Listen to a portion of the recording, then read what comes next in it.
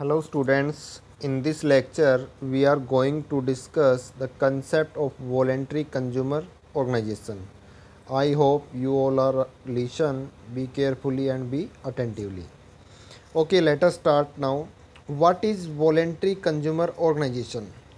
Voluntary consumer organization is formed by a number of consumers voluntarily with the purpose to protect and promote their rights, save themselves from exploitation by seller and to promote their welfare.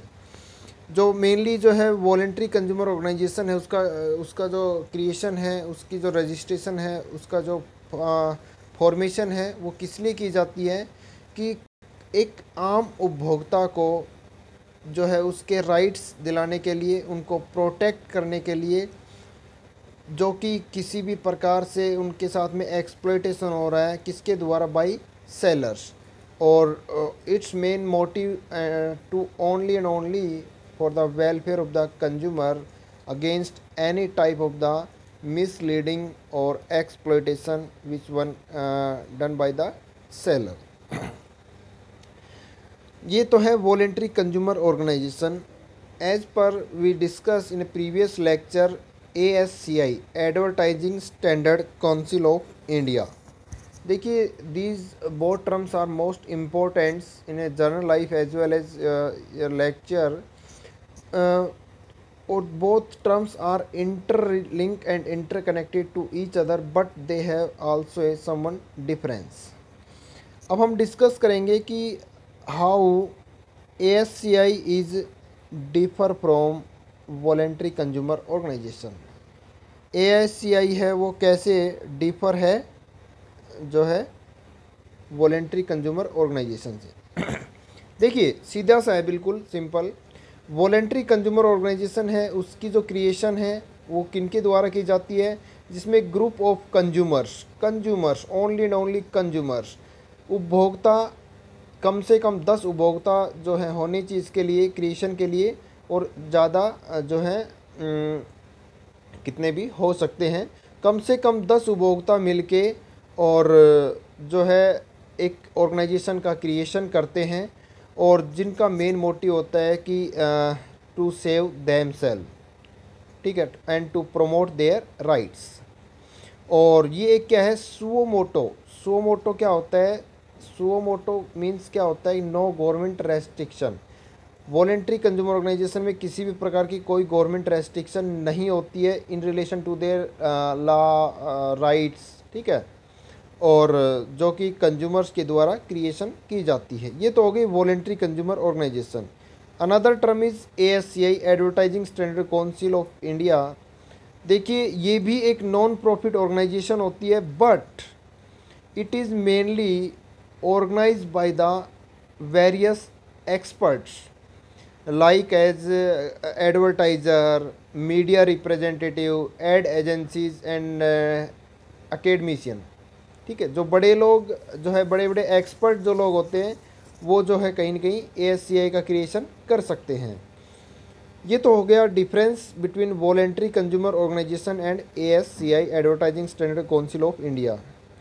Now we are going to discuss how the registration process of voluntary consumer organisation and its formation. In this lecture we have discussed registration process, their formation, as well as their role of voluntary consumer organization. Now let us start the registration process of voluntary consumer organization. First of all, we can be registered under Companies Act 1956 or Societies Registration Act 1860 or Indian Trust Act 1908 or as well Cooperative Societies Act 1912.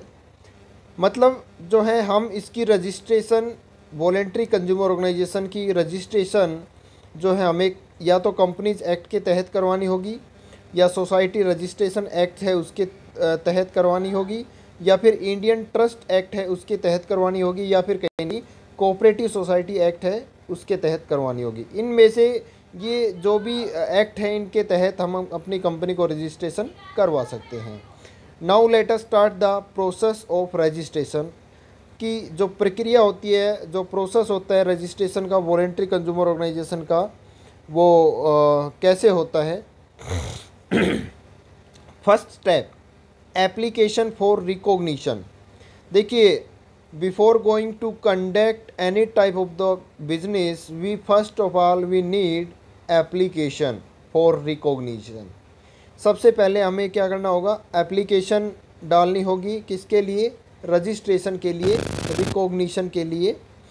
और वो किसके पास भेजनी है, क्या उसमें process होता है, कम से कम minimum 10 members to the department of minimum 10 members, कम से कम 10 कंज्यूमर्स का एक समूह होगा, और जो कि किसको भेजेगा, to department of company affair with a चालान फ़ी ऑफ 1000।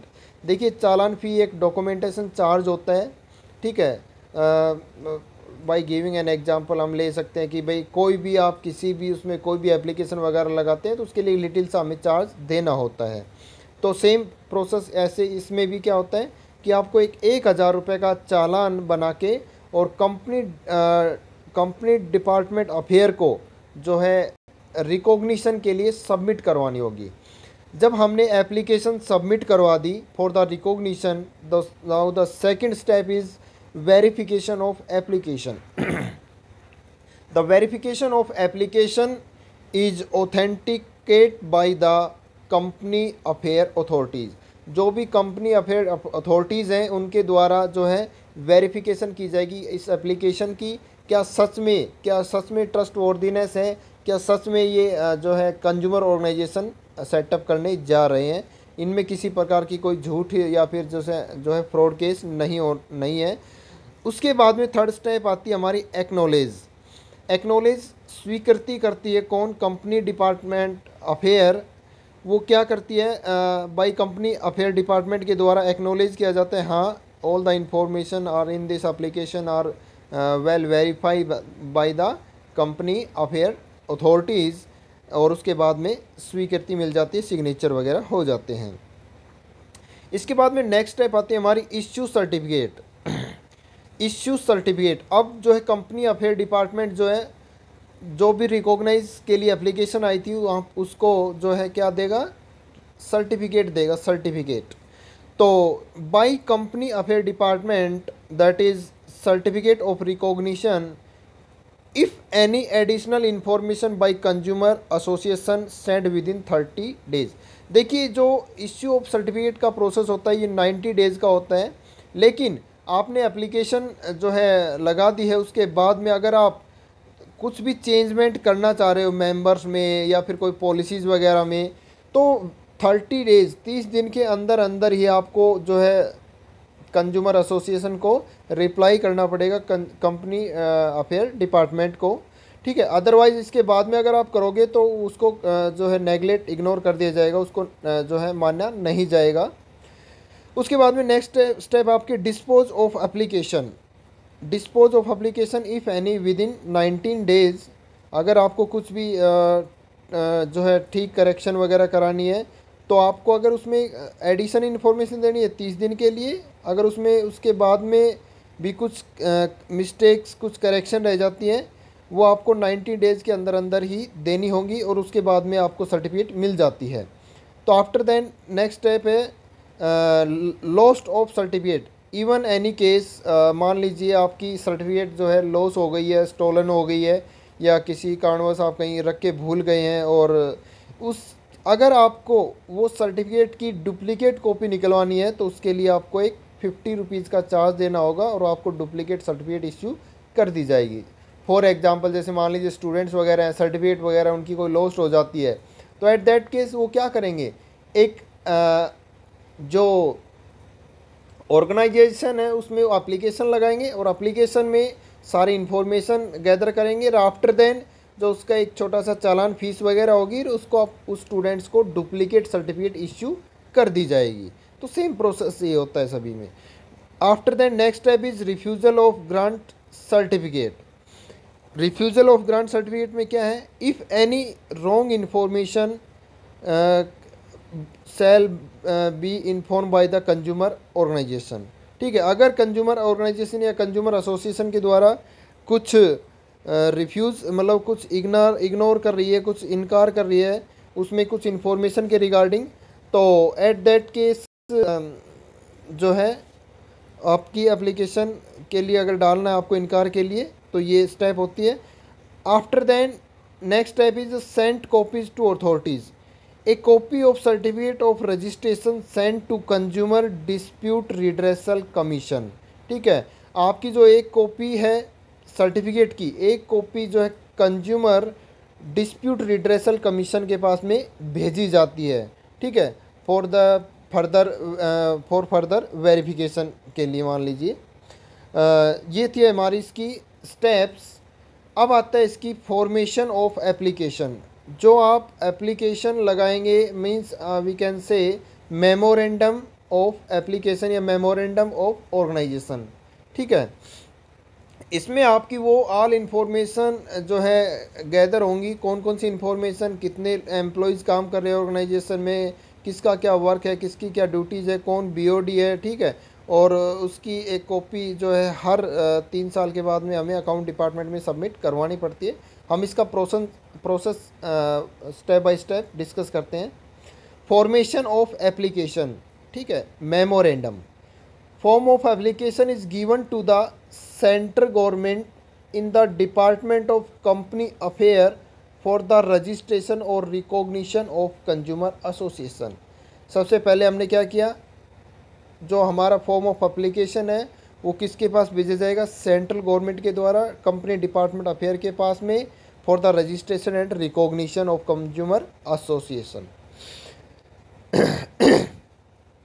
अब इसमें क्या क्या चीज़ें जो है मेंशन की जाती हैं, क्या क्या इन्फॉर्मेशन जो है गैदर की जाती हैं, वो हम वन बाय वन डिस्कस करते हैं।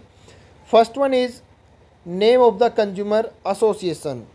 आप अपनी ऑर्गेनाइजेशन का जो है नाम क्या रख रहे हैं। ठीक है, name of the consumer association like as उपभोक्ता संरक्षण, जागो ग्राहक जागो, जागरूक अभियान। ठीक है, कोई भी आप इनमें नाम जो है रजिस्ट्रेशन के लिए आप नाम डलवा सकते हैं या संरक्षण उपभोक्ता का। ठीक है, या जो है कंज्यूमर इन्फॉर्मेशन, कुछ भी आप टाइप।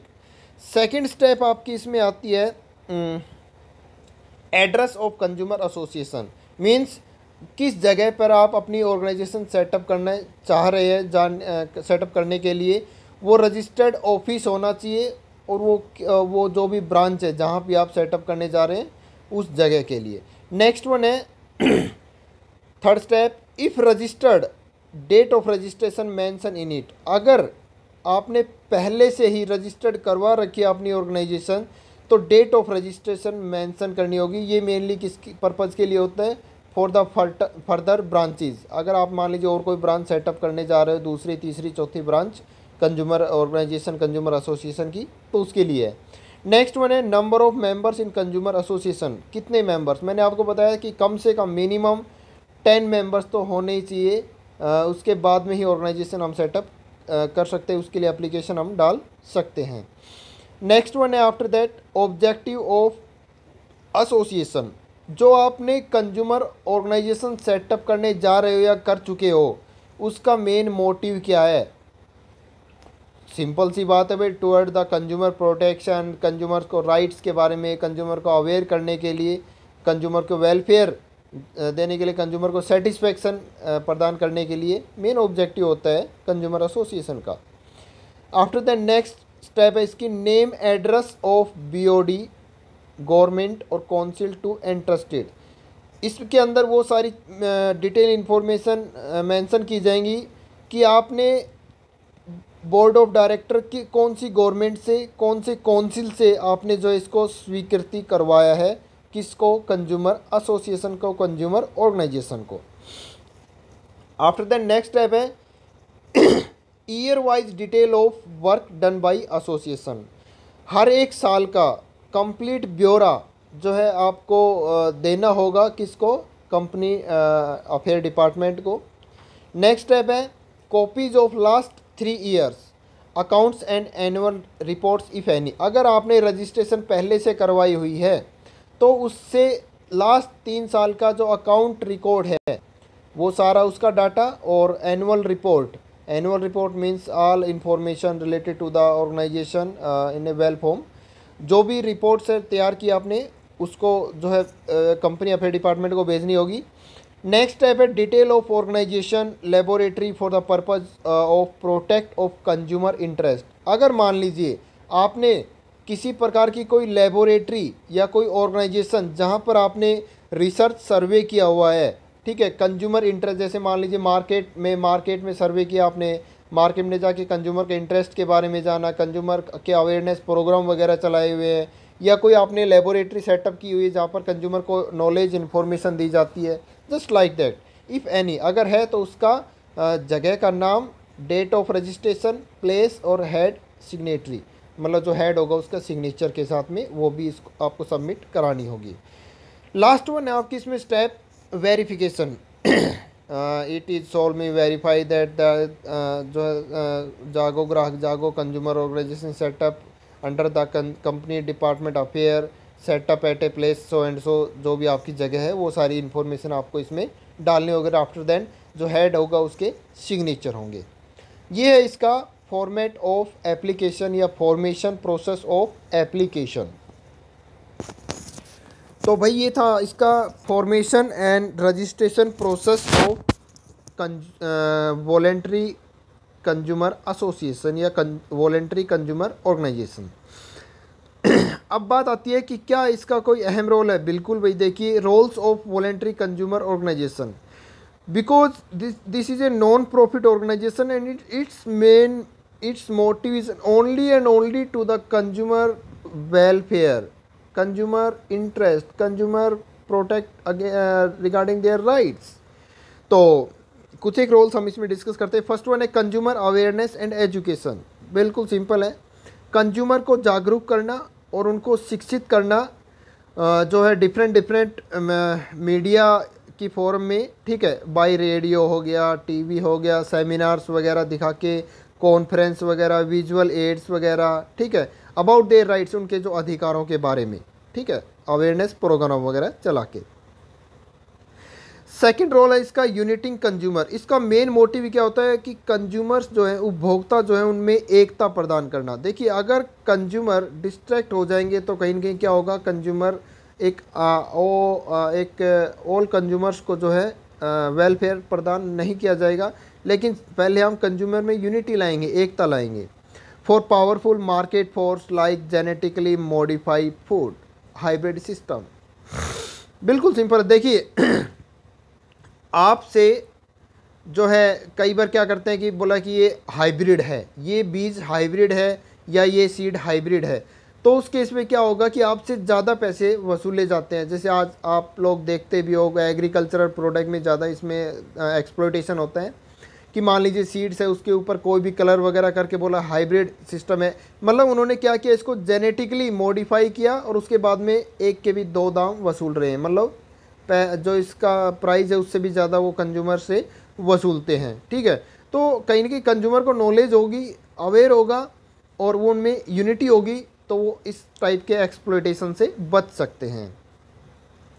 नेक्स्ट स्टेप है आपकी, नेक्स्ट रोल्स है इसका product rating, pricing and testing. समय समय पर प्रोडक्ट के रेटिंग स्केल्स वगैरह देखना, प्रोडक्ट की प्राइसिंग वगैरह कहीं चेंज तो नहीं हो रही है, कहीं प्राइस बढ़ाई तो नहीं जा रही है, प्रोडक्ट को टेस्टिंग वगैरह देखना समय समय पर, कहीं प्रोडक्ट में कोई अडल्ट्रेशन वगैरह तो नहीं है, मिलावट तो नहीं है। जैसे आपने देखा था ना मैगी में हुआ था, ठीक है, उसमें लेड की मात्रा, शीशे की मात्रा बहुत ज़्यादा बढ़ा दी गई थी और कंज्यूमर के टेस्ट को बढ़ा दिया गया। तो कंज्यूमर को क्या चाहिए, टेस्ट चाहिए। लेकिन उसके बाद में जो कुछ एक कंज्यूमर ऑर्गेनाइजेशन के द्वारा इसकी लेबोरेटरी में रिसर्च की गई तो पता चला इसमें लेड की मात्रा बहुत ज़्यादा है और विच become harmful for the human health, ठीक है।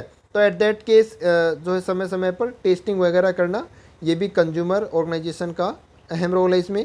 नेक्स्ट वन है communication with peoples.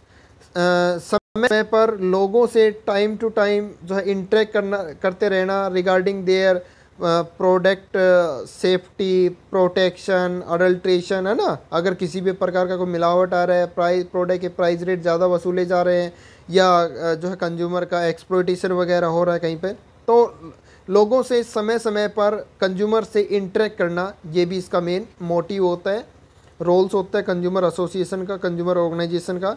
Next role है training to consumer activist, means समय समय पर कंज्यूमर की एक्टिविटीज़, कंज्यूमर किस टाइप के प्रोडक्ट को प्रीफर कर रहे हैं, किसको इंटरेस्ट दिखा रहे हैं, उसके बारे में भी समय समय पर स्टडी वगैरह करना for the welfare of the consumers. Next है conducting research like as in consumer education, complaint and so on. मतलब इट मीन्स क्या हुआ कि कंज्यूमर्स को कंप्लेंट आ रही है, कितनी कंप्लेंट आ रही है, कहीं ज़्यादा एक्सप्लॉइटेशन तो नहीं हो रहा है, कंज्यूमर को एजुकेट करना, कंज्यूमर को नॉलेज देना, कंज्यूमर को इन्फॉर्मेशन प्रदान करना, ये भी इसमें भी इसका अहम रोल होता है। रिलेशनशिप विद अदर एजेंसीज, जो हमारी वॉलेंट्री कंज्यूमर ऑर्गेनाइजेशन है, ये दूसरी ऑर्गेनाइजेशन के साथ में भी जुड़ के चले, मिल के चले, just like as FICCI, ISI, consumer protection council and so on. Just like इस टाइप की इसके साथ इंटीग्रेट करके चले, कम्युनिकेट करके चले, जिससे कि कंज्यूमर का बेटर जो है वेलफेयर जो है हम प्रदान कर सकते हैं कंज्यूमर्स को। लास्ट वन है आपका इसमें complaint and their settlement. If any type of the problem which one faced by the consumers or group of consumers, voluntary consumer association play a great role in relation to settle their complaint। ठीक है, thank you students.